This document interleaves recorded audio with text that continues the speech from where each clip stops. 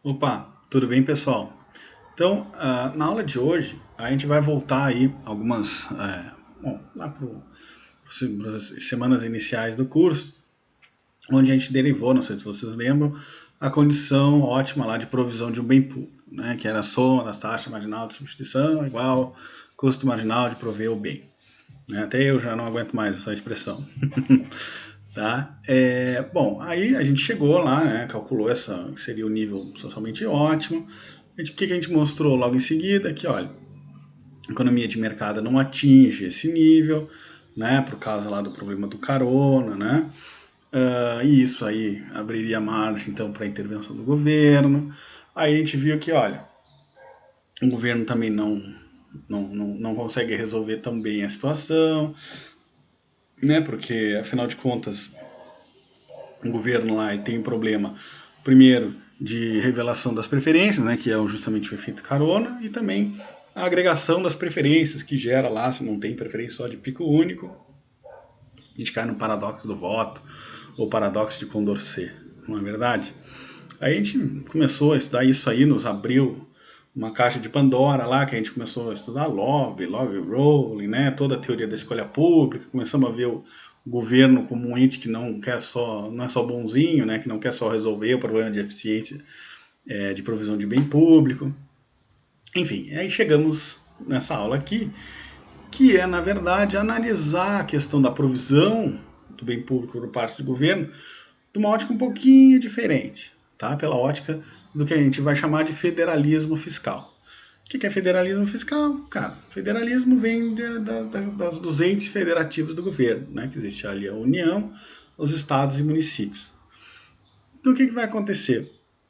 Quando a gente estuda essa relação entre os entes federativos, tem esse modelo, um cara chamado Tibble, né? Que ele mostra que, olha, existe como as pessoas se alocarem aí entre os municípios e tudo mais, né, explorar essa relação de entes federativos, para não estragar muito a aula, né, de maneira com que se atinja esse nível eficiente aí da provisão de bem público. Tá? Ou seja, eu consigo chegar numa alocação eficiente de Pareto. Bom, esse modelo é o que a gente vai explorar nessa aula, né? Um modelo meio simples, tem algumas coisas bem irreais, mas ele é super útil para a gente tirar algumas sacadinhas aí, né? Algumas conclusões de como deveria ser essa relação, né? Esse federalismo fiscal, né? Como deveria ser essa relação ótima, né? Entre os entes federativos, né? E aí, dentro das nossas possibilidades, a gente vai estudar isso, né? E vamos, né, tentar comparar com a situação no Brasil hoje, né? O que acontece? Enfim, será que o Brasil chega nesse ótimo? Como é que é a coisa? Tá bem dentro das nossas possibilidades. Tá bem? Então, vamos lá. Bom, federalismo fiscal, né? O que é, né? A divisão, como diz aqui, né? Divisão de tarefas entre os diferentes níveis do governo. Ou seja, quem entre os níveis de governo deve arrecadar cada um dos tributos do país e quem deve ofertar cada um dos serviços públicos.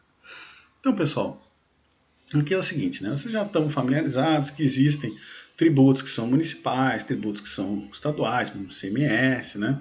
Tributos que são federais, imposto de renda. E existem também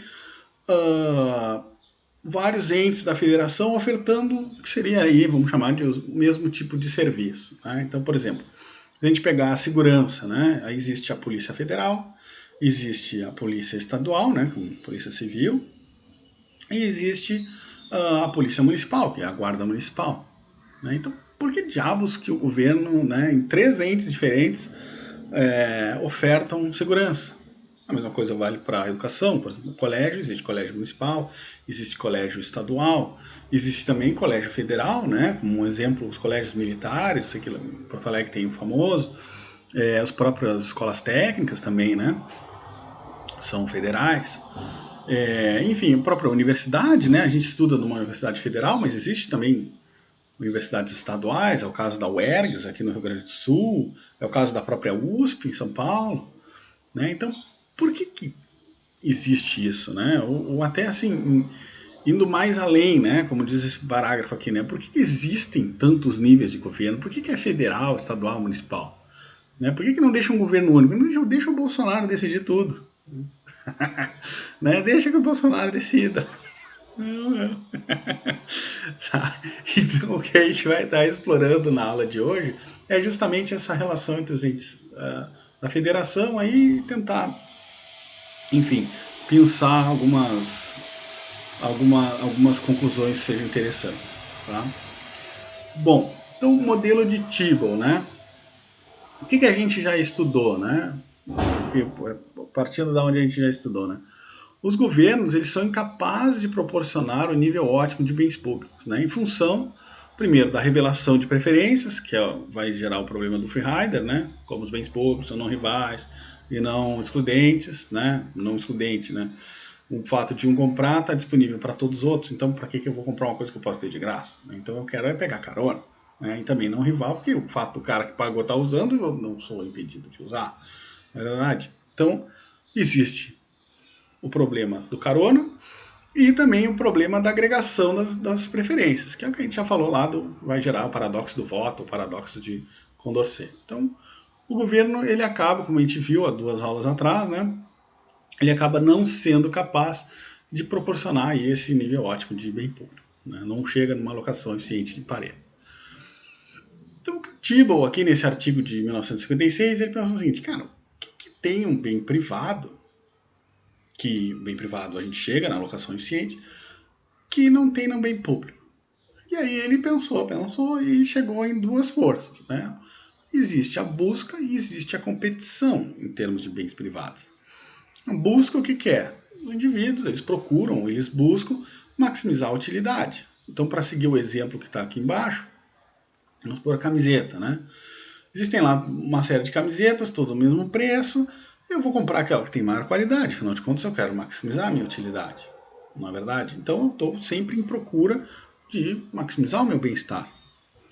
Por outro lado, existe uma outra força de mercado que é a competição. O que a competição faz? Por competição, as empresas estão sempre maximizando o lucro, né? Procurando maximizar lucro, estão sempre gerando inovações e tudo mais, sempre aprimorando a qualidade da camiseta. Aquelas que não acompanham esse processo, o que acontece? Via competição, são excluídas do mercado. Tá bem? Então, é por causa da busca, né, pela maximização de lucro, é por causa da competição, né, em função das firmas, que eu junto essas 2 forças e eu tenho equilíbrios eficientes. Tá bem? Mas aí o que o Tibble disse? Cara, mas se a gente pensar em termos de bens públicos, isso não existe. Né? Se a gente pensa aqui em nível federal, por exemplo, a defesa nacional, não existe busca, né? Não existe busca, né? Por que, sei lá, eu vou me mudar do Brasil para a Argentina porque na Argentina tem um tanque a mais de defesa nacional e eu acho que o Brasil tinha que investir mais em defesa. Então eu vou migrar para a Argentina porque lá tem um tanque a mais e aí eu fico mais feliz. Isso não existe, né? Também não existe, em termos de governo, uma competição acirrada para ver quem que vai prover lá o nível ótimo de bem público. Por mais que eu possa votar lá em base da promessa de que um candidato que esteja mais alinhado, eu estou prometendo mais defesa, né? Então vou votar nesse cara. Olha, não é só a defesa que decide o meu voto, não é verdade? Também tem outras coisas. Tem o fato de que o processo político ele é lento, né? Existem poucos candidatos, né? Daqui a pouco nenhum tem o meu oferta lá, o nível que eu imagino que seria o ideal. Então o que acontece? Em nível federal, a gente não consegue resolver a provisão ótima de bem público. Né? Porque, enfim, a nível federal as pessoas ficam com as escolhas muito restritas. A sacada do Tibble é o que está aqui nesse slide. Ele pensou o seguinte, olha, nível federal, em termos de defesa, realmente, cara, não vou migrar para a Argentina, para o Chile, para o Paraguai, por causa de defesa. Também não vou ficar esperando aqui sentado o meu político aumentar o número de tanques. Né? Por favor, esse exemplo está horrível, mas enfim. Mas, em termos de bens públicos locais, sim. Eu posso, por exemplo, gostar de uma cidade que tenha mais parques, tenha mais áreas verdes. E aí, poxa, eu moro numa cidade aqui que é só concreto, cara. E eu não gosto, eu quero ir para os parques, eu quero usufruir mais dos bens públicos. Então o que eu faço? Eu me mudo. Tá bem? Eu me mudo. Eu simplesmente vou para essa cidade que tem mais bens públicos, né? Claro, com base na quantidade de imposto que eu pago. Ela me oferece mais bens públicos, então é para lá que eu vou. Tá bem? Esse termo ele vai usar, e é famoso aqui na literatura, é que os indivíduos eles votam com os pés. Tá bem? Então o que acontece? Dado o imposto que eles pagam, onde tem mais bens públicos, onde tem mais bens públicos, que eles se agradem, né? Porque podem ser, eu, por exemplo, gosto de parque, então eu vou migrar para uma cidade que tem mais parque.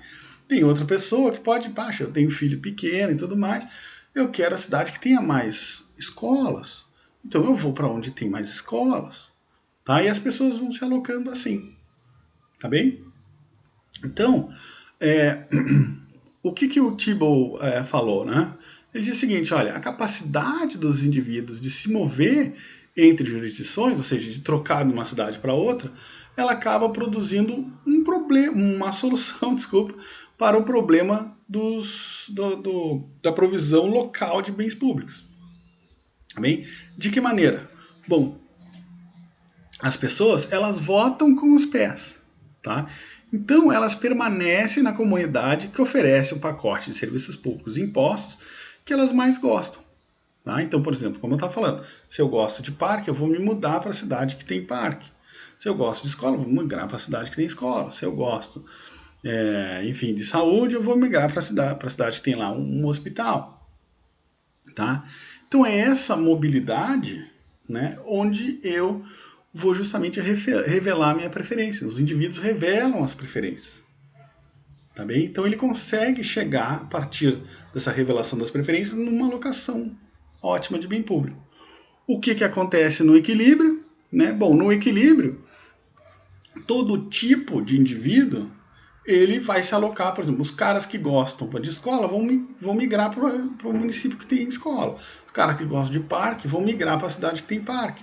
Os caras que gostam de saúde vão migrar para onde tem hospital. Tá bem? E aí o que vai acontecer? Cada tipo de pessoa vai se alocar numa cidade diferente.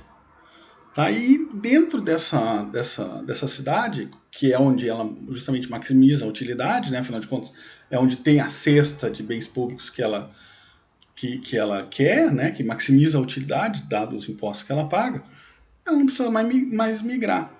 Tá bem? Então o que aconteceria? Eu teria em cada cidade, lá, pensando em infinitas cidades, eu teria em cada cidade um tipo de cidadão diferente. Né? Então o cara que gosta de parque mora na cidade B, o cara da saúde mora na cidade B, na cidade A, e assim por diante. Tá bem? Pegaram essa ideia? Isso a chave para a gente entender o que é o modelo de Thibault, tá bem? E aí aqui, claro, né? Qual é a sacada? É que existe, então, esse equilíbrio, né? Cada tipo de pessoa vai se alocar numa cidade diferente, né? Ou seja, vai ser atingida essa eficiência de Pareto e não vai ser necessária a intervenção do governo em nenhum momento, né? Não vai precisar o governo chegar e dizer, não, tu vai para cá, tu vem para lá. Não, as próprias pessoas se alocam. Elas revelam essas preferências ao se mudarem. Tá? Claro que se a cidade onde eu moro já atende, já maximiza a minha utilidade, dado todas as cidades da volta, eu não vou me mudar.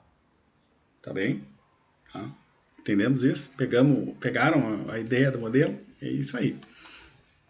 Então, dando uma formalizada aqui, né? Então, vamos supor que existe aí duas cidades, né, com 2N famílias, né, com a renda Y, tá? Cada cidade, a cidade 1 e a cidade 2, oferta o nível de bem público local, né, que é o G1 e o G2, que são, na verdade, escolas. Tá? Então, dois tipos de família. Um tipo de família são as com crianças, tá? Então, as famílias com crianças, esse cai de crianças no inglês, né, de kids. A utilidade das famílias com crianças ela depende do consumo delas e do G, que é o bem público, ou seja, de ter escolas. Tá? E existe outro tipo de família que são lá N famílias idosas. Tá? Qual é a função de utilidade dessas famílias idosas? Bom, é de idoso, né, em inglês, né, elderly, né? Elas não dependem de escola, afinal de contas, idoso não quer escola, né? Já passou por isso. Então ele só está interessado no próprio consumo. Tá bem? Então vamos lá. Famílias com crianças dependem do consumo e da escola. Famílias de idosos dependem só do consumo. Então, como é que acontece aí a alocação de famílias entre as cidades, né? Como é que isso é um equilíbrio de Tibor? Bom, em cada cidade, a quantidade de bem público, né, vai ser decidida pelo eleitor mediano, tá? Então, olha lá. Se a maioria da cidade é idosa, se o eleitor mediano de uma cidade é idosa, vamos supor a cidade 1 aqui, né, é de idoso, o que vai acontecer? Não vai ter escola. Por que não vai ter escola? Porque maximiza a utilidade do eleitor mediano, que é justamente os idosos, tá? Agora, se a maioria da cidade é de famílias com crianças, então o eleitor mediano são famílias com crianças, o que nível de bem público vai ser ofertado? Bom, vai ser ofertado algum G estrela, que é alguma quantidade de escolas estrela. Tá? Por quê? Porque essa quantidade de escolas ótima, esse G estrela, que vai maximizar a utilidade das famílias com crianças. Tá bem? Então, um equilíbrio é, primeiro, o eleitor é o eleitor mediano que decide, tá? E dois, depois que todo mundo se alocou, né, vai ter uma família, uma cidade onde o eleitor mediano é de famílias idosas e outra cidade que o eleitor mediano é família com criança. Dado que aconteceu esse equilíbrio, ninguém mais vai querer trocar de cidade. Então são as duas condições para ter um equilíbrio de Tibble. Tá bem? Então o eleitor mediano nas duas e também ninguém vai ter interesse em se mudar. Tá? Então o que acontece? Em um equilíbrio de Tibble, né, como eu já tinha dito, as pessoas votam com os pés, né, ao escolher a localidade que melhor se ajusta aos seus gostos. Então o que vai acontecer? Primeiro, as famílias vão se alocar de acordo, né, com seus gostos, e então vai ter uma cidade que vai ter não só o eleitor mediano, mas todo mundo vai ser idoso, e na outra cidade todo mundo vai ser famílias com as crianças. Tá? E aí o que vai acontecer? Numa cidade, como o eleitor mediano é idoso, não vai ter escola, e na outra, como o eleitor mediano é famílias com crianças, vai ter o nível G estrela de escolas. Tá entendido isso? Então, para ter o equilíbrio, eu preciso de duas coisas. Né? Primeiro, ter o eleitor mediano em cada uma, e depois, que não haja incentivo para migrar. Né? No caso, nosso exemplo mais simples aí, para não ter incentivo de migrar, significa que uma cidade vai ter só idosos e a outra cidade vai ter só famílias com crianças. Então, quais são as mensagens aqui? Qual é a mensagem principal do modelo? Bom, primeiro, que os bens públicos refletem, né, os gostos dos residentes locais. Onde tem família com criança tem escola, onde tem idoso não tem escola. E segundo, que os bens públicos precisam ser providos eficientemente, né, sem desperdício. Ou seja, como eu vou ter em cada cidade um perfil de pessoa, eu estou maximizando a utilidade dos caras. Então eu tenho uma alocação eficiente. Pegaram essa ideia? Então é por causa dessa mobilidade, né, da revelação das preferências, da votação com os pés, né, como o próprio Tibble diz, é que eu chego nessa alocação eficiente, onde só idoso numa, só família com criança na outra, dos dois tipos de pessoas, de famílias aqui estão maximizando a utilidade, então tem a solução eficiente. Tá entendido isso, pessoal? Acho que é bem interessante esse modelo, na verdade. Agora a gente daqui a pouco vai começar a extrair algumas conclusões bacanas. Bom, quais são os pressupostos desse modelo, né? Primeiro, mobilidade perfeita, ou seja, não tem custo para se mudar. O cara simplesmente, é que nem jogo de videogame, né? Pega a casinha do cara e pluft, muda de cidade, pluft, muda para outra, né? Não tem custo nenhum de mudança, não tem, por exemplo, os familiares já moram aqui anos nessa rua, meus familiares moram aqui, então eu tenho um custo de me mudar. Não, não existe isso. As pessoas simplesmente, em função lá onde tem a quantidade de bens públicos que maximiza a utilidade dela, é para lá que ela vai, sem custo nenhum. Também existe informação perfeita, né? Então, o que acontece? Eu sei exatamente qual é a quantidade de bem público de todas as cidades, eu sei quanto que em todas as cidades eu pagaria de imposto, então existe informação perfeita e o cara consegue distinguir daquele mundaréu de cidades qual é a que maximiza a utilidade dele. Tá? E também, claro, existem aí cidades suficientes. Né? Então, por exemplo, no caso das escolas lá, vai ter família com criança que vai querer escola, o G estrela, vai ter famílias que querem ter crianças, mas ainda não tem, que vai ter um diferente G, pode ter famílias com idosos que não vai ter escola, né? Então, eu tenho escolhas aí, tá? Para eu conseguir justamente maximizar a minha utilidade sempre. Tá? Então, para todos os perfis vai existir uma escola. Tá? E aí aqui o que mais? Bem interessante também, não há externalidades, né? Ou que transbordamentos, né? Entre as cidades. Então, por exemplo, no caso da universidade em Rio Grande, né? Então, a universidade em Rio Grande, ela gera um nível de bem-estar que não está só em Rio Grande, né? Aliás, a universidade não é um bom. Vamos supor que a universidade fosse mantida pelo município de Rio Grande, tá? Vamos supor isso. Então o que acontece? São cidadãos, né, de Rio Grande que bancam a universidade. Então, se existe externalidade na geração dessa universidade, ou seja, tem gente, por exemplo, de Pelotas que queira ir para ter aula na FURG, o que está acontecendo? As pessoas de Rio Grande pagam a universidade, só que tem gente de fora que está usufruindo da universidade. Então, está existindo o problema do carona. Tá bem? Por quê? Porque tem pessoas de Rio Grande, são cidadãos de Rio Grande que bancam a universidade, só que tem gente de Pelotas usufruindo. Tá? Então, está gerando externalidade, então tem carona aí.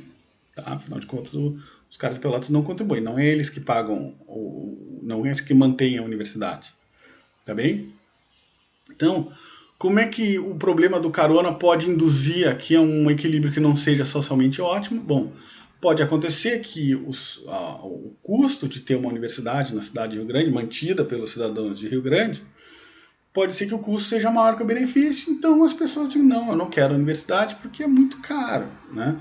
Eu teria que pagar X a mais de imposto, então isso não vale a pena para eu ter a universidade. Então o que acontece? Eu tenho o custo maior que o benefício do cidadão de Rio Grande. Só que, se eu contabilizar o cidadão de Pelotas, que estaria interessado em bancar também a universidade, afinal de contas ele vai usufruir desse bem, eu teria um bem que a cidade de Rio Grande disse para não produzir, né? Mas que ele seria socialmente ótimo, né? Se o pessoal de Pelotas também contribuísse. Então aqui eu tenho uma situação que não é eficiente socialmente. Também seria eficiente se aceitasse também, no caso de uma universidade federal, que todos os entes da federação percebam, opa, Rio Grande é legal ter uma universidade, lá vale a pena, então vamos construir uma universidade. Também não vai depender só do pessoal de Rio Grande. Esse custo vai ser rateado entre todos os possíveis beneficiários. Pegaram a ideia? Tá. O que mais? Os governos também devem cobrar um imposto de valor fixo. Tá? A gente ainda vai falar no final do curso sobre tributação, mas o que é um imposto de valor fixo? São pagamentos iguais por pessoa. Então é como se só porque tu tem uma cabeça, tu paga o imposto. Tá? Então não interessa a tua renda, não interessa o teu trabalho, não interessa o que tu faz. Tem cabeça? Paga o imposto. Tem cabeça? Paga o imposto. Tá? Bom, a gente ainda vai estudar essa questão da tributação, mas esse imposto ele não é muito equitativo, né? Porque o cara que ganha milhões lá, o Jeff Bezos, paga a mesma coisa que nós. Né? Então não é justo. Tá? Não é equitativo. Só que é o seguinte, por que o modelo de Tibble ele tem como pré-requisito o imposto de valor fixo? Porque pensa comigo o seguinte, né? O imposto, né, ele é sempre um percentual aí do que tu consome, um percentual da tua renda, né? E se ele é definido como percentual, a pessoa que ganha mais ou que consome mais, paga mais, na verdade, em termos absolutos, né? Ela paga mais.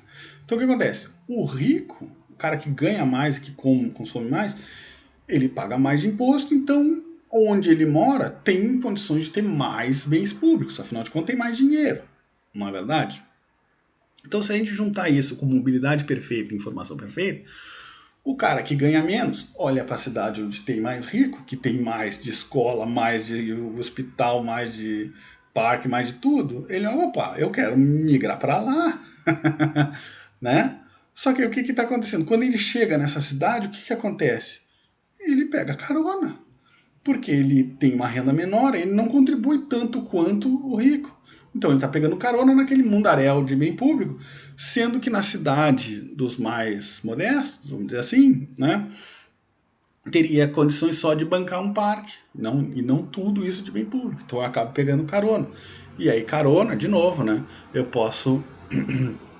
Eu acabo caindo, uh, não resolvendo aí o problema de alocação eficiente de bens públicos, tá bem? Então aqui, por isso que ele diz que tem que ser um imposto de valor fixo. Tá entendido isso?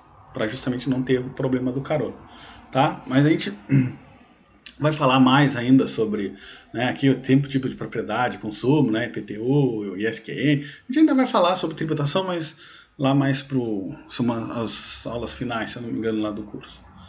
Tá? Que nem falta todo tempo assim, pessoal. Mas, enfim.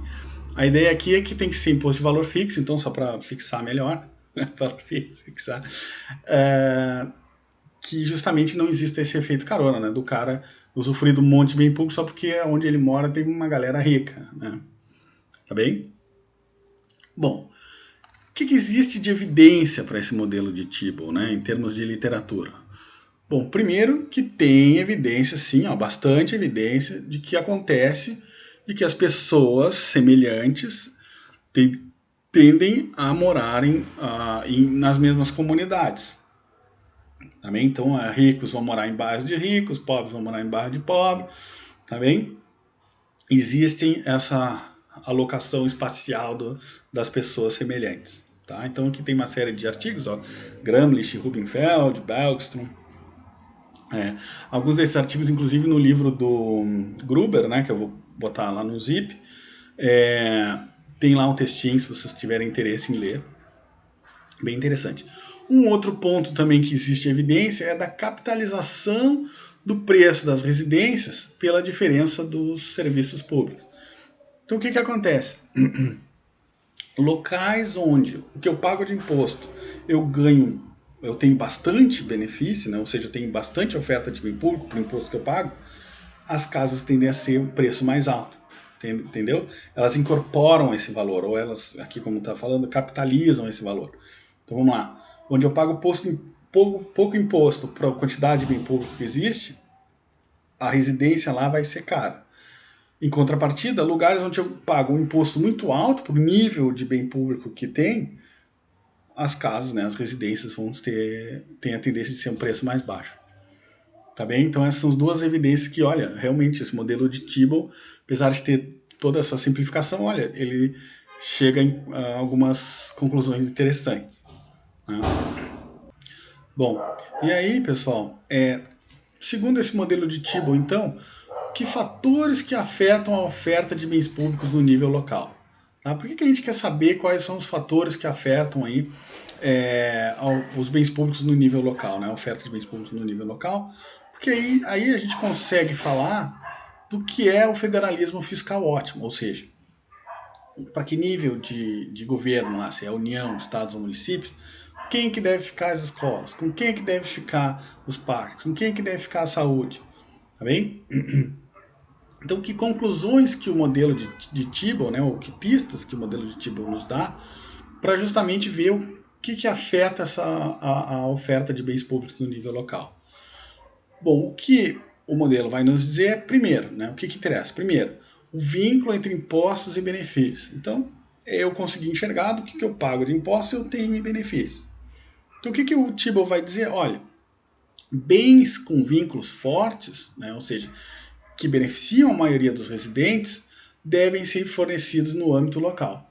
Então é o seguinte, todo mundo paga imposto e, no caso aqui, a limpeza das ruas, né, a qualidade das ruas, beneficia todo mundo. Então, quer dizer, todo mundo paga imposto e todo mundo está vendo, opa, esse bem público aqui está me beneficiando, então é bom.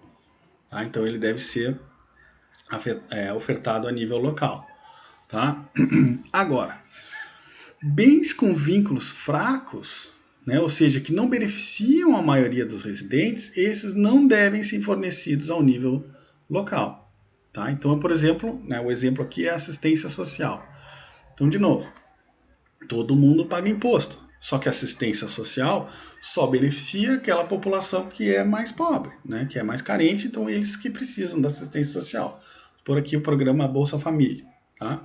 Então, o que acontece se o governo de Rio Grande resolveu, opa, não, agora o Bolsa Família é Rio Grande. resolve instituir o Bolsa Família Rio Grande. O que vai acontecer? Bom, existem pessoas ricas em Rio Grande. E elas vão perceber o seguinte: opa, eu pago mais imposto, afinal de contas eu sou rico, né?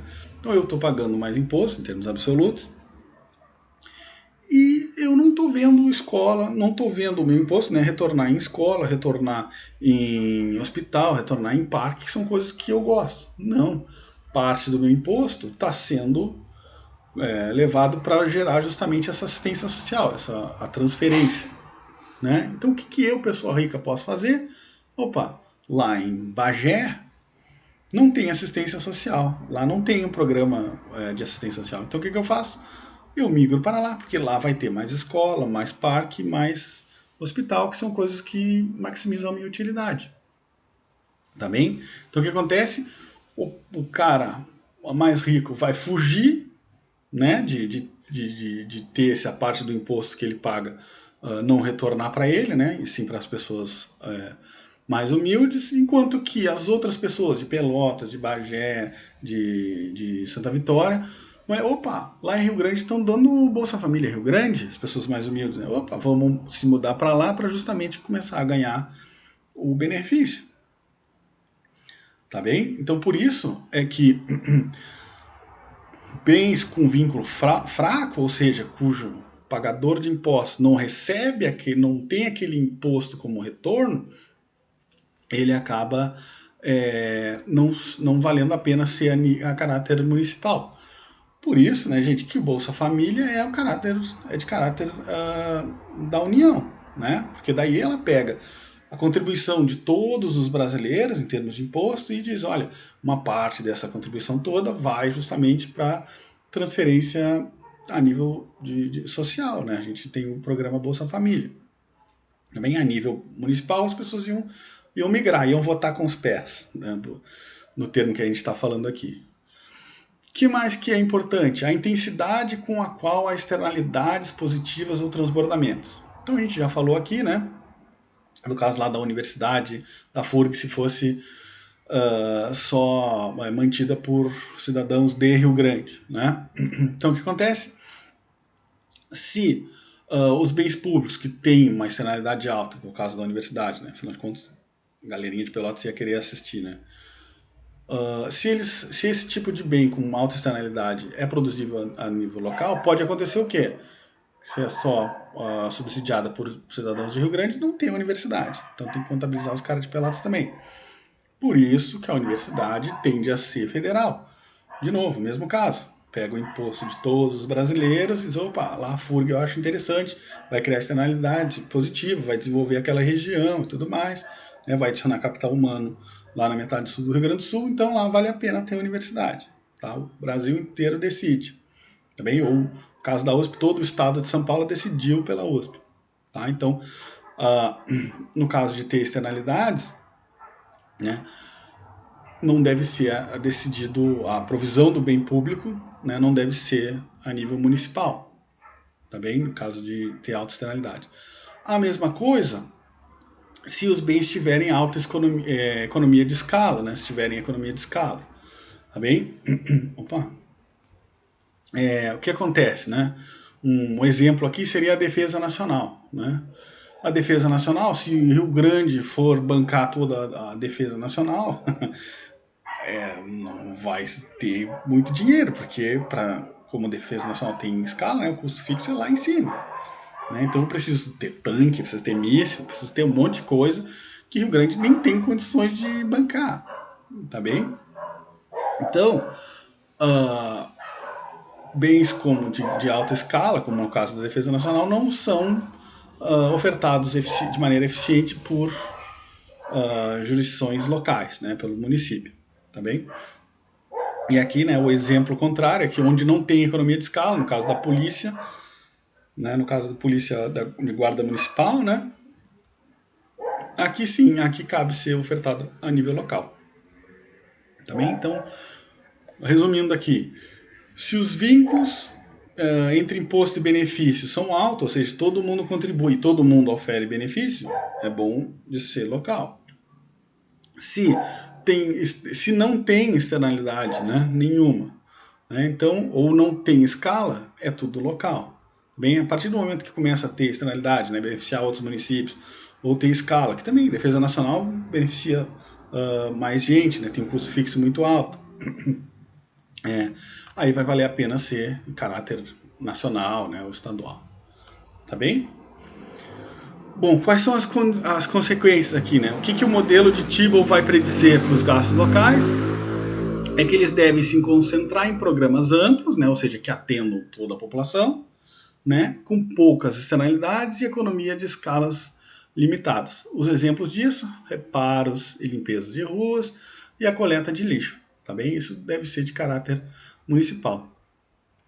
Agora, as comunidades locais elas devem desempenhar papel limitado no fornecimento de bens públicos de caráter redistributivo, no caso da assistência social que a gente já estudou, com efeitos significativos de transbordamentos, ou seja, de externalidades, ou com grandes economias de escala, que é o caso lá, o programa Bolsa Família, né, pagamento de assistência, no caso da educação, né, principalmente aqui universidades, né, e da própria Defesa Nacional. Tá bem, pessoal? Ficou claro isso aí? Acho que tá tranquilo, né? Todo mundo conseguiu acompanhar legal? Que agora a gente vai passar a analisar a questão no Brasil, né? Como é que é? Então, vamos analisar, na verdade, em duas partes. Tá? Então, no primeiro quesito, vamos falar um pouco sobre como é o federalismo fiscal brasileiro. Então, em termos de arrecadação, né? Primeiro, começar por em termos de arrecadação. Então, olha lá. A União é a mordida maior, né? Então, 60, aqui os dados são um pouco antigos, né? 2002. Isso aqui é um capítulo do livro do Arvati, aquele, né? Economia do Setor Público no Brasil. Tá? Também está no... Vou disponibilizar lá no Zip, tá? No site. Então, vamos lá. A mordida maior em termos de arrecadação tributária é da União, né? 68% em 2002. Agora, se a gente começar a considerar a arrecadação sobre patrimônio, ela recai mais sobre os estados, né? Cujo a fonte principal é IPVA, né? Ter carro. Enquanto que quase da metade também, né? É de municípios, que é o IPTU, que é de ter empresa, o imposto de ter casa, também imposto de residencial, tá? Agora, a tributação sobre o consumo, né? A maior parte recai do Estado, ou seja, 80% é ICMS. A arrecadação da União é de 14% e o município é só 6%, né? Que é o imposto sobre qualquer natureza, né? O ISQN, como que era o imposto sobre serviços, aqui, ISS. Bom, o que acontece? Porque a tributação sobre o consumo é de maior parte do Estado, né? Então o que acontece? Opa, se o meu dinheiro, com R$1, eu consumo mais em Santa Catarina do que no Rio Grande do Sul, o que vai acontecer? Mudo para Santa Catarina, não é? E aí é com base nessa ideia que surgem as guerras fiscais. Tá? E aí o que vai acontecer? Aqui a gente já tem vários casos, né, da Ford, quem se lembra lá do Tarso, né? Agora mais recente teve outra montadora, né? O que acontece? O ICM aqui é X, aí a Bahia ofereceu X menos tanto, puf, a Ford foi para a Bahia. Né? E criou um caos na época lá, que já tinham até os restaurantes, já tinha um monte de coisa pronta. Né? Então, vai ser o fato da tributação do consumo ser diferente, né? A alíquota do ICMS ser diferente entre estados, causa problema. E aqui tem alguns artigos bem legais. Eu me lembro que ano passado, nos nossos seminários do mestrado, agora quando tiver alguma coisa interessante eu aviso para você. Na verdade, toda a terça agora. É bem interessante. Via de regra, é bem interessante. Então, teve um artigo que era justamente para ver a questão das guerras fiscais, né? Por meio das alíquotas de ICMS. Tá? Bom, da onde que vem esses impostos aqui, né? Pra gente ter uma ideia do geral. Então, só um asterisco, né? Existe aqui para o nosso Brasil, né? Imposto, existe o que é contribuição. Por que existe contribuição? Está aqui o asterisco, né? E a Constituição de 88 determinava que qualquer novo imposto que viesse a ser criado pelo governo federal deveria ser partilhado entre estados e municípios, tá? De estados, municípios e União. Então, como é que os caras fizeram para dar só para a União, ou só para o estado, ou só para o município? Em vez de chamar de imposto, chamaram de contribuição. Lá é o jeitinho brasileiro. tá bem? Então aqui, ó, não são tecnicamente qualificados com imposto. Por isso que tem aqui, ó, contribuições, aqui na parte de baixo, né, contribuições da União, contribuições por parte de estados e contribuição por parte de município. E aqui que a gente tem uma ideia melhor, né? O imposto aqui, ó, da União, maior parte é imposto de renda, né? Tem um pouquinho de IPI aqui, também tem um monte que vem de contribuições, né? Principalmente aqui do COFINS. O imposto de arrecadação do Estado, ICMS, é o principal, né? Seguido aqui com menor percentual, IPVA, tá? E outros impostos. Já os municípios, o que eles arrecadam? Muito se deve em função do imposto sobre o serviço, né, ou de qualquer natureza, tá? E também bastante do IPTU. Também aqui só para dar uma ideia de como ocorre aí o federalismo no Brasil, tá? Como é que, bom, isso é questão de arrecadação, né? E questão da distribuição das despesas, né? Então, olha lá, quem é o encarregado das despesas? Na formulação de políticas e na prestação do serviço. Então a gente vê o quê? Relações exteriores, comércio internacional, política monetária e financeira, imigração, tu vê que até previdência social também, aeroporto, tu vê que tudo isso aqui beneficia a todos, né? Relações exteriores, comércio internacional, né? O fato de exportar soja beneficia todos os produtores de soja no Brasil. Né? A política monetária, né? Não ter uma inflação alta no Brasil beneficia toda a população do Brasil. Então o que acontece? Tem que ser regido pela União, também a própria prestação de serviço. Né? Aqui começa a ter um pouco de Estado. Agora, educação, saúde, né? Olha lá, a formação de políticas é tanto da União quanto do Estado. Né? Opa, aqui é meio ambiente, né? Mas também, meio ambiente, educação, né? União e Estado. E vai ser executado por União, Estados e municípios. Aqui já tem um interesse, né, interessante no Brasil, que o que acontece? A educação de base, né, o ensino fundamental, ela é de caráter municipal. Né? Lembra lá, o fundamental já não tem tanta externalidade. Né? Então, é o caráter do município. Já o ensino médio já começa a ter um pouquinho mais de externalidade, o cara já adquire um pouco mais de conhecimento, ele vai ser, via de regra, né, na maioria dos casos, né, muito marcado por ser escolas estaduais. Já as universidades, né, que tem a escala, a externalidade, transbordamento maior, em grande parte, esse serviço é prestado pela União. Tá bem? Saúde, aqui, ó, os hospitais, por exemplo, é de estado, o postinho é de município, né? Questão das externalidades. Opa. Tá bem? Então a gente vê o que, né, de maneira geral? Olha aqui, as estradas também é interessante, ó. As estradas nacionais é da União, estradas estaduais é do Estado que presta, né, e faz a formulação de política. Já aqui, ó, as locais, ó, é do município. Também a estrada que liga aí, o município de Rio Grande, lá, sei lá, é claro que a quinta é a estrada, né? Mas se tiver uma estrada secundária aí, é de importância do município, né? Quem presta serviço aí quem deve cuidar, zelar pela estrada é o município. Tá bem, pessoal? Então, quer dizer, via de regra, o que a gente falou lá do modelo de Tibble vale aqui para o Brasil. Tá bem? Bom, então, uma outra coisa bacana que o modelo de Tibble ele nos permite fazer é justamente falar sobre a redistribuição de recursos, né, entre comunidades. Isso é sempre muito discutido aqui no Brasil, né?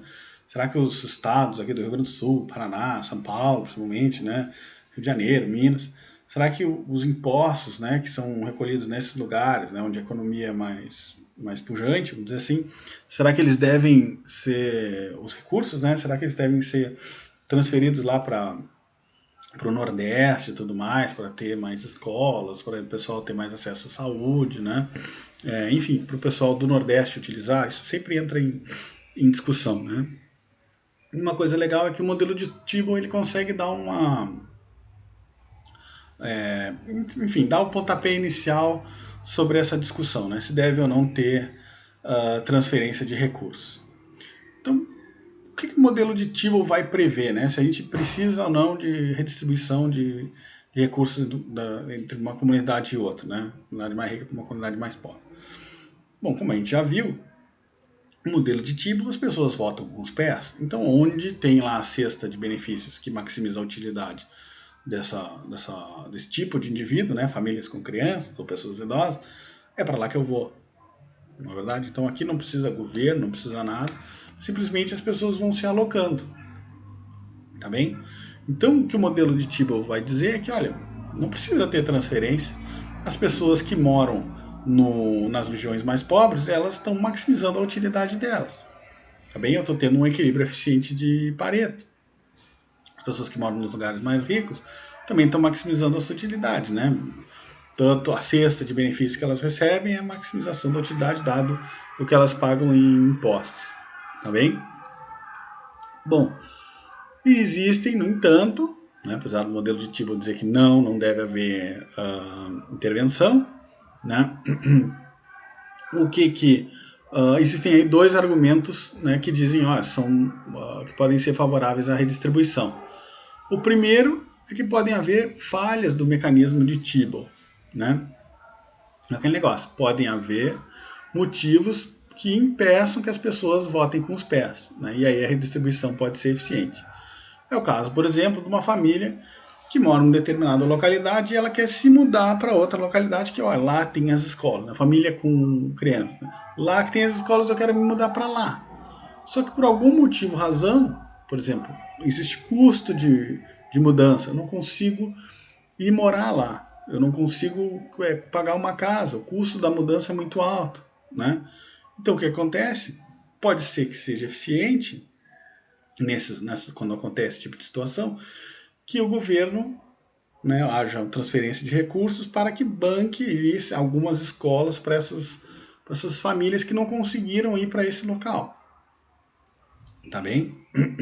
Porque afinal de contas, se tem muitas famílias com crianças que querem escola naquele determinado local, elas só não conseguiram mudar para onde tem, pode ser que seja eficiente. Tá? Isso é uma coisa. E a segunda, que a gente já falou aqui, é as externalidades. Né? Então, por exemplo, lá, a faculdade que é mantida pela população de Rio Grande, como ela gera externalidades, poxa, é eficiente que eu considere também a galerinha de Pelotas, né, do Brasil inteiro, que pessoas do Brasil inteiro podem ir estudar na Universidade de Rio Grande, né, a externalidade é super alta. Tá bem? Tranquilo? Aqui tem até um exemplinho aqui, né? Pode ser ótimo para o governo tributar localidades com receita elevada e redistribuir recursos para onde a receita é mais baixa, para justamente garantir uma educação primária universal, de qualidade universal. Né? Pode ser justo, pode ser ótimo, se a sociedade decidir como tal. Tá bem? Não é a questão da externalidade aí. Bom, e aí, pessoal, a gente vai falar um pouquinho sobre essas transferências intergovernamentais, que a gente vai chamar aqui de subvenções intergovernamentais. Né? E a gente ainda vai falar um pouco mais depois, mas aqui no Brasil passou a ter uma relevância bastante significativa a partir da Constituição de 88, tá? Que é onde houve um aumento aí significativo das alíquotas de transferências, tá? Para estados e municípios. Então, existem três tipos de subvenções, ou de tipos de transferências do governo aqui. Uma é a vinculada. O que é a subvenção vinculada? Aqui o regime de parceria é o seguinte: vincula o volume de fundos transferidos ao valor gasto pela comunidade local. Então, agora a gente vai falar um pouco mais, mas é o caso do município de Rio Grande, gasta R$1, a cada R$1 gasto pelo município de Rio Grande em educação, vem a União e diz assim, não, então eu caso com 1 pila também. Então a cada R$1 eu gasto R$1, a União gasta R$1, tá? Só que aí perceba o seguinte, né? Com os recursos que Rio Grande tem, ele acha que, sei lá, o que ele gasta em saúde está ok, né? Então, como agora a União resolveu anunciar essa subvenção vinculada e dizer que, olha, a cada R$1 que Rio Grande gasta, ela vai casar com R$1, o que Rio Grande pode fazer? Olha, eu acho que essa quantidade de recursos lá já é suficiente para a educação. Então, ao invés de gastar R$1 para a educação ter o dobro do dinheiro, eu gasto 50 centavos. porque aí a União gasta também em casa com 50 centavos e eu mantenho a quantidade de dinheiro alocado para a educação no mesmo nível. Tá bem? Então isso é interessante ter em mente. Tá? Porque a gente vai explorar agora os gráficos aqui. Tá? Então o que acontece? Rio Grande poderia aí gastar a metade do que gastaria sem essa subvenção em educação. Então o que ela pega com os outros 50 centavos gasta em qualquer outra coisa. Ela vai melhorar a rua, vai botar esgoto, vai, sei lá, melhorar lá o cassino, as ruas do cassino. Tá? Bom, um outro tipo de transferência, né, de subvenção, que é o que a gente está usando o terminho aqui, é em bloco incondicional. O que é transferência em bloco incondicional? A União chegar para o município de Rio Grande e dizer: Rio Grande, eu te dou R$1.000, gasta onde tu quiser. É incondicional, entendeu? Não me interessa onde. Toma R$1.000. Tá? E aí aqui todo mundo já se lembrando da aula de micro, lá o que acontecia quando eu aumentava a renda do cara com a restrição orçamentária, ela simplesmente se deslocava. Na verdade, simplesmente se desloca. Tá? O que acontece aqui no vinculado quando eu posso gastar metade e ter a mesma coisa? Gira a minha restrição orçamentária. Calma, a gente vai ver isso devagarinho. Tá?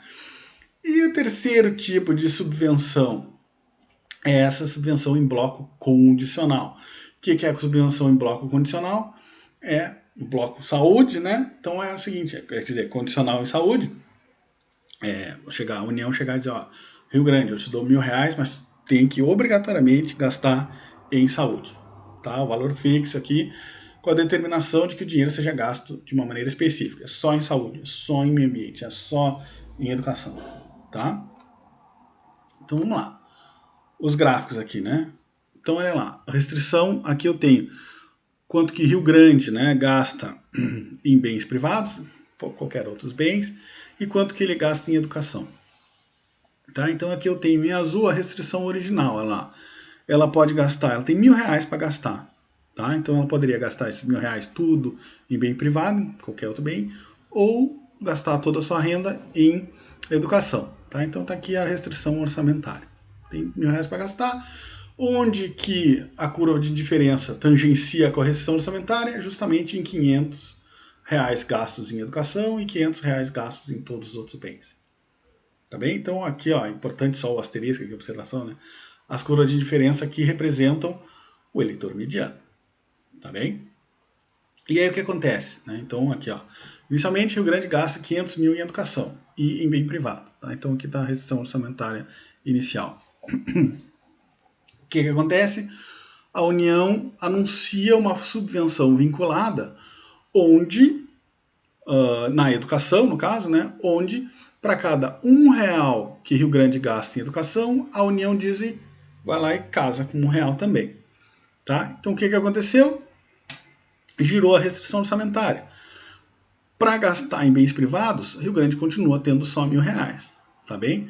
Mas agora, se ela se Rio Grande decidir gastar R$1.000 em educação, como existe essa subvenção vinculada, a União casa e Rio Grande teria então o dobro do dinheiro para gastar.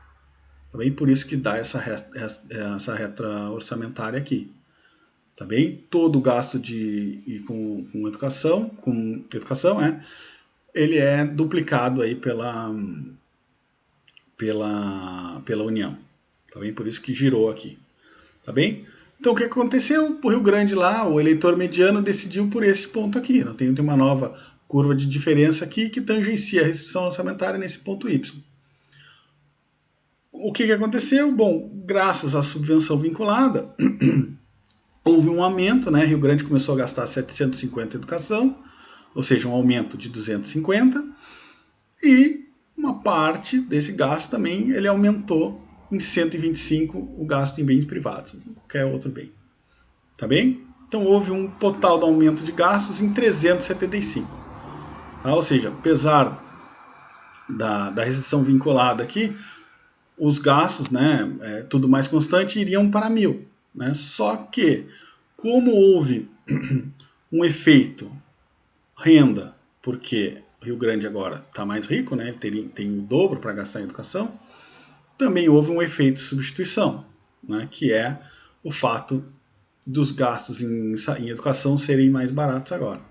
Tá? Então, cada R$1 Rio Grande gastava, agora ele pode gastar 50 centavos e equivaler e chegar no mesmo ponto. Tá? Então, houve um efeito renda e um efeito substituição. Por isso que tem esse deslocamento da restrição orçamentária. Tá tranquilo isso, pessoal? Então, no final, Rio Grande gastou mais R$375 do que sem a subvenção vinculada. Tá bem? Tá tranquilo isso? Bom, aí existem também as subvenções em bloco incondicional. O que é o bloco incondicional? Rio Grande, eu te dou, agora no caso vamos pegar aqui, né, os mesmos R$375 que Rio Grande gastou a mais. Mesma coisa. Então a União chegou e disse, ó, Rio Grande, eu te dou R$375 para tu gastar onde tu quiser. Tá? Então, se é onde eu quero, a restrição orçamentária, pluft, se deslocou aqui para fora, né, paralela, então a restrição inicial era AB, né, no caso da vinculada, girou aqui para AC, tá, no exemplo anterior, mas agora, com o bloco incondicional, simplesmente deslocou para fora. Tá? Então agora eu tenho para gastar em bens privados 1.375 e em bens públicos, aqui no caso a educação, também 1.375. Tá ok? O que acontece? Quando deslocou a minha restrição orçamentária, a minha curva de diferença tangenciou a restrição orçamentária nesse ponto Z. Tá bem? O que aconteceu aqui? Como é incondicional, tem apenas um efeito renda. Né? Rio Grande só ficou mais rica agora, ele tem mais dinheiro. Não aconteceu nada com o preço da educação ou com o preço do bem privado, eles continuam iguais. Tá? O que aconteceu é só um efeito renda, um deslocamento da minha restrição orçamentária.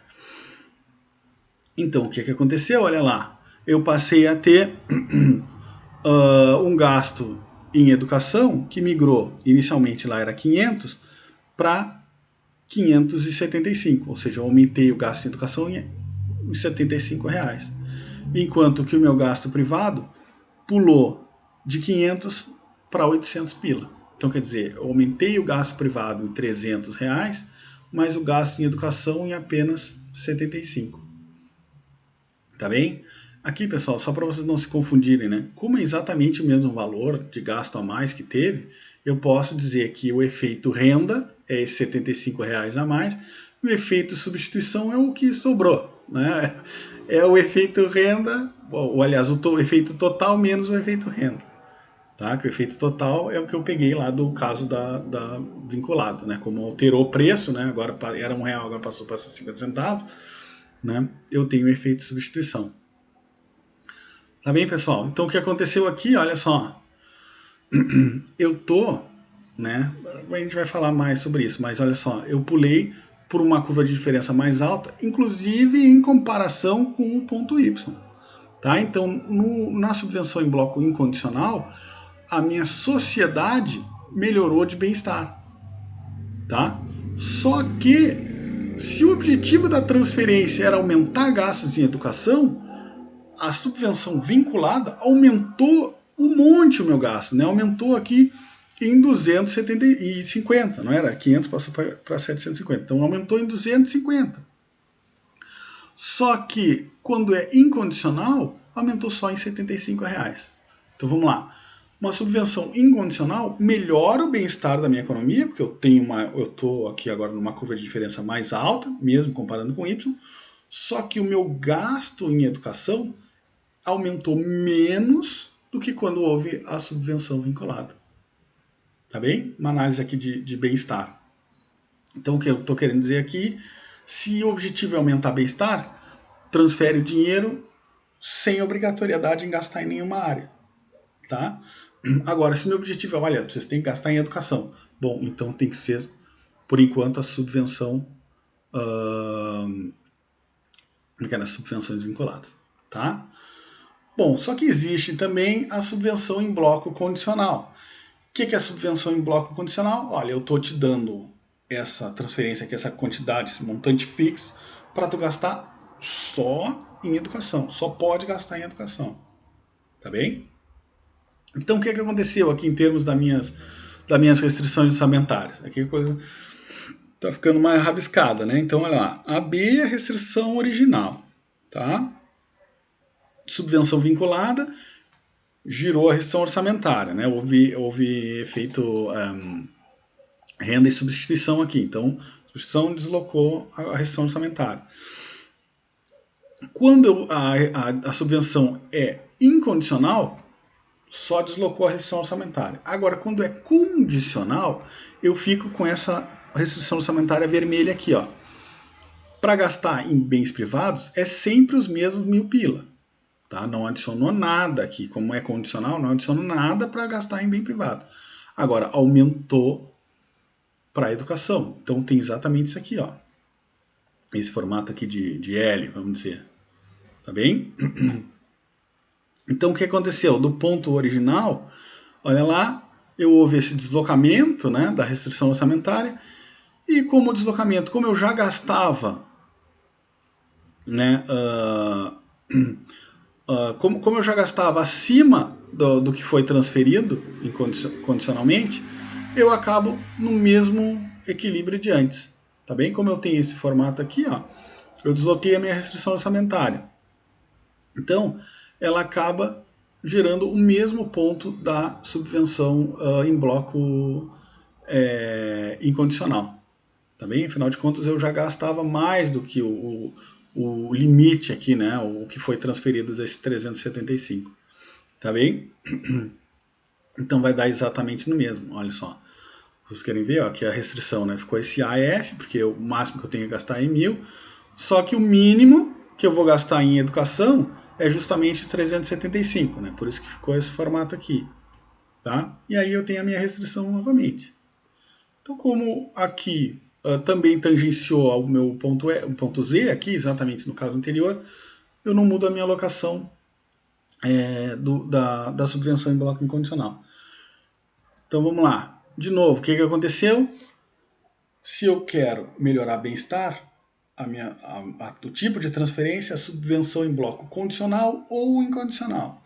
Agora, se eu quero induzir a gastar mais em educação, mas não tanto melhorar o bem-estar, o que eu faço é a subvenção vinculada. Tá entendido isso aí, pessoal? Vocês entenderam isso aqui? Qualquer coisa vocês me perguntam, tá? Vamos fazer os exercícios também para fixar esse conteúdo, tá? Bom, e aqui então só um motivo geral, né? Vou repetir o que eu falei, né? Subvenção vinculada é mais eficaz para aumentar os gastos em bens públicos, no caso da educação. Mas a subvenção em bloco condicional e incondicional é que aumenta o bem-estar, né? Que eu atinjo uma curva de diferença mais alta. Tá bem? Então aqui é a mesma coisa, né? Aqui, claro, né? Qual é o motivo? Né? A comunidade reage a uma subvenção em bloco, reduzindo a sua própria contribuição. Né? Então existe um crowding out, né? Um efeito de deslocamento. O município, né? A comunidade fica com mais dinheiro e ela não aloca todo esse dinheiro para o bem público. Ela acaba pegando parte do dinheiro que sobrou e ela gasta em outras coisas. Ela é obrigada lá, com uma subvenção, 375 ela é obrigada em gastar em educação. Então, poxa, eu já gastava mais que 365, vou pegar parte do dinheiro e vou gastar em outras coisas, tá? Só que aí o que acontece, pessoal?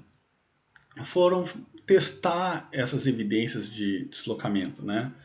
Poxa, já que eu tenho que gastar tanto, o que sobrou eu vou gastar em outras coisas. Já que eu sou obrigado, vou gastar em outras coisas. E aí, por mais interessante, por intrigante que pareça, não encontraram nenhuma evidência de que existe esse efeito de deslocamento, né? Ou seja, que dado que eu tenho uma contribuição fixa, né, já a alocação fixa do governo, eu simplesmente troque o dinheiro que eu já tinha em caixa, né, gasto em outras coisas. Não existe esse efeito de deslocamento nas evidências. E aí veio o Okun, aquele famoso, né, da lei de Okun, e disse o seguinte, olha, o nome desse efeito é o efeito flypaper, ou seja, papel mata-mosca. Por quê? Porque o dinheiro gruda onde esbarra. Ou seja, não existe substituição de gasto. Quando vem a transferência para a educação, esse dinheiro é gasto em educação e o município também gasta aquela alocação original que ele já tinha, ele gasta aquilo também, não existe deslocamento.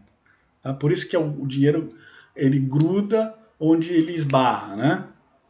Porque eu acabo aumentando mais os meus gastos, no caso em educação ou se for saúde. E aqui, pessoal, é bem interessante porque há uma junção do que a gente viu na aula passada com o que a gente está vendo agora de transferências governamentais. Vocês lembram o que dizia a teoria da burocracia, né? O modelo de Niskanen lá, né? O que dizia? O burocrata ele sempre vai querer o Estado cada vez maior, porque aí ele vai receber mais recursos para que ele consiga ter mais benefícios, mais chances de ter promoção, mais chances de férias e tudo mais. Então, aqui essas duas teorias se encontram. Como vai ter uma tendência de aumentar cada vez mais os gastos em educação, a justificativa tangencia, né? Uma das é justamente a teoria da burocracia, porque os burocratas vão querer maximizar o Estado, vai maximizar a participação deles na economia, tá bem? Eles querem, o objetivo é que eles tenham mais benefícios, tá bem? E aí aqui, né, o que existem? As evidências, né, recentes mostram que existe esse efeito fly paper, né, no curto prazo, mas que também existe o deslocamento, né, o crowding out, no caso de subvenções de longo prazo, tá bem? Mas aqui é bem interessante porque as coisas se juntam. E vai ter uma aplicação interessante para o Brasil isso aqui. Bom, aí, já falando do Brasil, né? Como é que funciona, né, o federalismo fiscal no Brasil, né? As transferências intergovernamentais no Brasil. Então, como eu já falei, né, a partir da Constituição de 88, os principais mecanismos é o Fundo de Participação Municipal e o Fundo de Participação Estadual, que são transferências não condicionais e sem contrapartida, né? Ou seja, que visam, segundo o que a gente acabou de ver, aumentar o bem-estar da sociedade. Tá bem? Então, olha lá, né, 85% do Fundo de Participação Estadual vai justamente para a região Norte, Nordeste e Centro-Oeste, né? Ou seja, para os estados com menos recursos. Já o Fundo de Participação Municipal, ele faz também uma redistribuição, né, retirando aí recursos, captando recursos das capitais e levando para as cidades do interior. Tá bem? Bom, aqui a gente tem os coeficientes, né, de participação do Fundo de Participação Estadual. E aqui a gente pode ver, ó, Ceará 7,3, Bahia 9,4, Distrito Federal 0,7, né, ou seja, Pará aqui, ó, 6 e 11, ou seja, o dinheiro vai mais justamente para as regiões Norte, Nordeste e Centro-Oeste. Tá? Aqui também, né, para vocês terem uma ideia, né, o que aconteceu quando foi inaugurada aqui, foi estabelecida a Constituição de 88. Olha lá, estados começaram, né, a transferência em termos do Fundo de Participação, começaram a ter mais dinheiro, municípios também, né, chegando aqui, ó, com o tempo, até 2016, olha lá, quase que 46, somando quase que 46% aqui das transferências, né? Então, quer dizer, o que é transferido do que se obtém de imposto de renda e de IPI. Né? Então, olha lá, uma participação crescente de estados e também de municípios. Tá? Então, a descentralização do governo no Brasil a partir da Constituição de 88. O que mais? A receita tributária, né? Olha lá, a gente olhar a partir da receita tributária. A União reduzindo a sua quantidade de receita que tem, estados, né? A partir aqui relacionando com 65, né? Perdendo também a quantidade de receita tributária e municípios sendo os grandes beneficiados, né? Passando aqui de 10% do tudo que era arrecadado, né, de imposto, agora tem ali praticamente 22%, pelo menos nesse último dado. Tá? Então o que aconteceu em termos verticais? Os grandes privilegiados, né, que passou a ter mais recursos para gastar, é justamente os municípios, ou seja, os governos mais locais. Né? Agora, em termos horizontais, né, se a gente compara entre os estados e entre os municípios, né, a maioria dos recursos, né, ela foi direcionada justamente aos estados e municípios que têm menor desenvolvimento, tá bem? Ou seja, eles acabam dando uma compensação entre a região mais rica e as mais pobres, tá? Bom, que mais? Sobre o federalismo fiscal brasileiro, né? O Fundef, que é o Fundo da Educação, né? Então, é um fundo, né, onde os entes são obrigados a aplicar um valor mínimo na educação fundamental pública, né? Então, é um tipo de transferência condicionada, tá bem? Então, o que ele faz? Evita o comportamento free rider, né? Então, por exemplo, sei lá, Pelotas e Rio Grande. Como Rio Grande tem mais gasto em educação, Pelotas diz, os pelotenses vão estudar em Rio Grande, eu vou gastar aqui em outras coisas.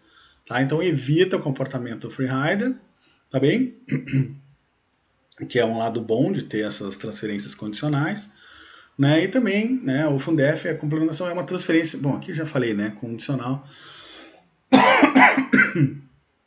sem contrapartida aos estados, né, que não tem recurso suficiente para realizar um gasto mínimo por aluno.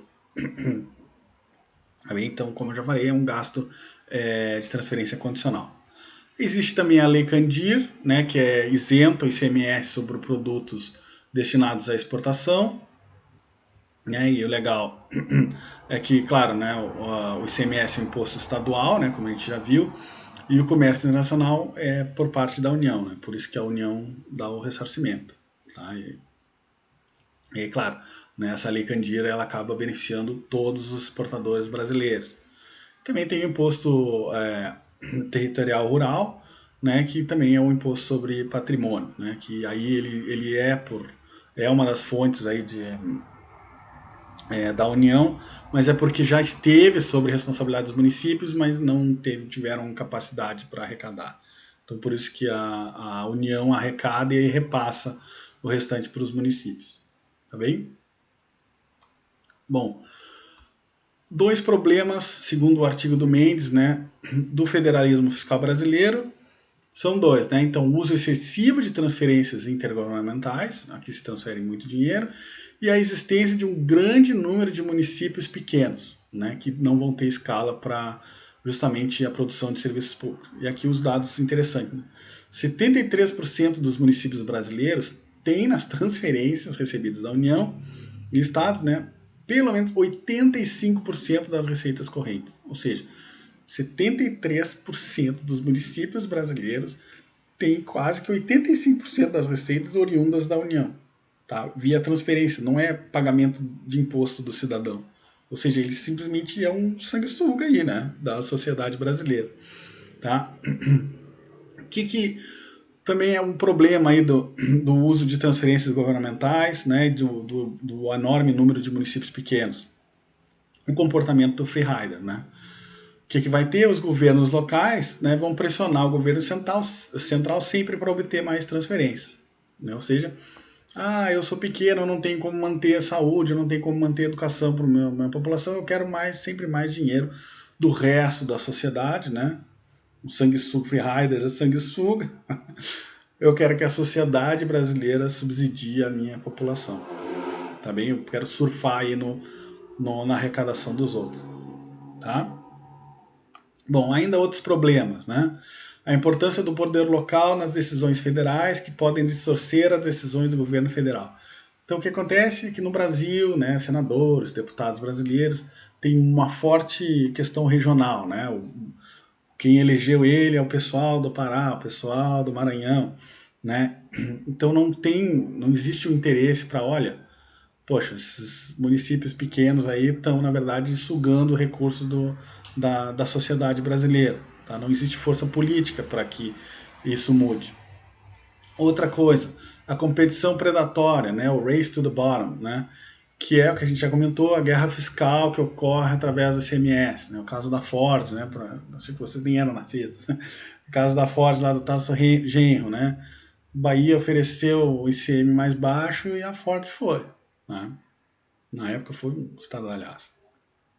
E também a questão da restrição orçamentária fraca.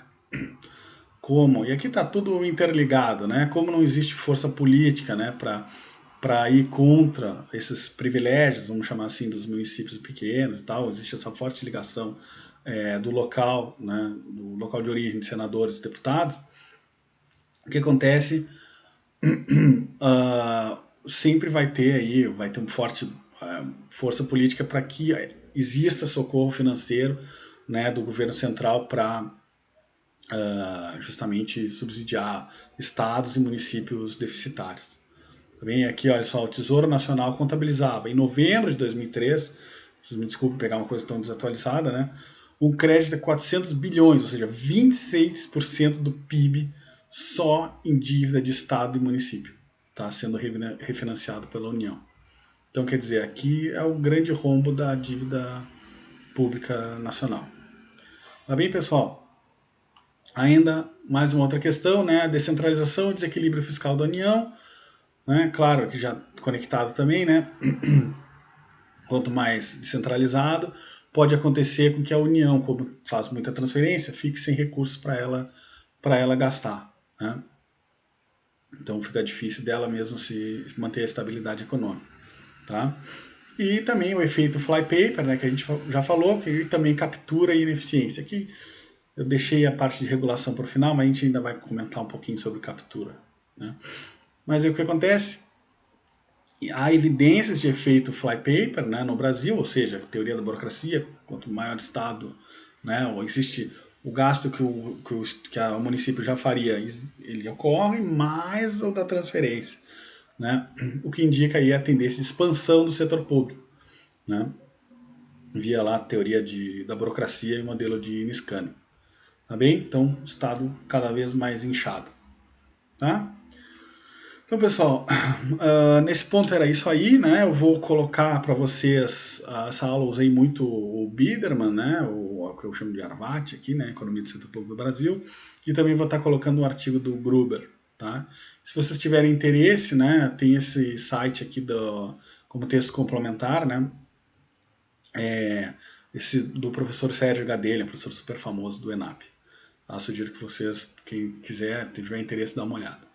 Tá, beleza, pessoal? Então, por hoje é só. Uma boa semana aí a todos e até a semana que vem.